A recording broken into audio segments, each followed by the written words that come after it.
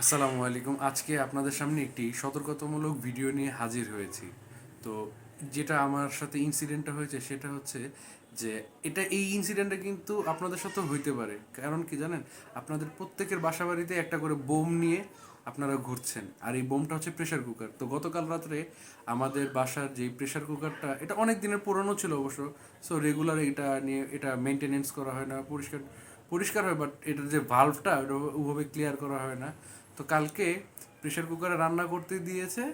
তো কিছুক্ষণ পরেই ঠাস করে প্রেসার কুকারটা ব্লাস্ট হয়ে কি যে বাজে অবস্থা, মনে হয় যে বোম ফুটছে। তা আপনারা ভিডিওটা দেখেন যে কি অবস্থা ছিল।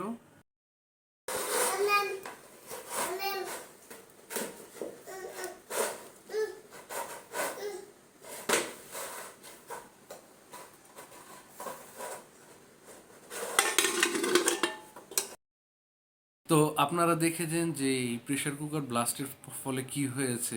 চুলাটা দুমড়ে মুচড়ে গিয়েছে।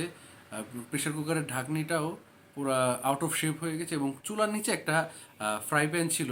ওই ফ্রাই প্যানটা জাস্ট আউট অফ শেপ হয়ে গেছে এই ব্লাস্টের ওয়েভের কারণে। চিন্তা করেন কি পরিমাণ একটা ডেঞ্জারাস জিনিস। তো লাকিলি আল্লাহর রহমতে কেউই ছিল না ওই টাইমে। তো এই কারণে আমরা বেঁচে গিয়েছি। জাস্ট এই জিনিসের উপরে দিয়ে গেছে। তো আপনারা অবশ্যই প্রেসার কুকারটা মেনটেন করবেন এবং এই ভালভটা ভালোভাবে পরিষ্কার করবেন এবং পারলে প্রত্যেক প্রায় 2-3 বছর পর প্রেসার কুকার নতুন কিনে কিনা ট্রাই করবেন।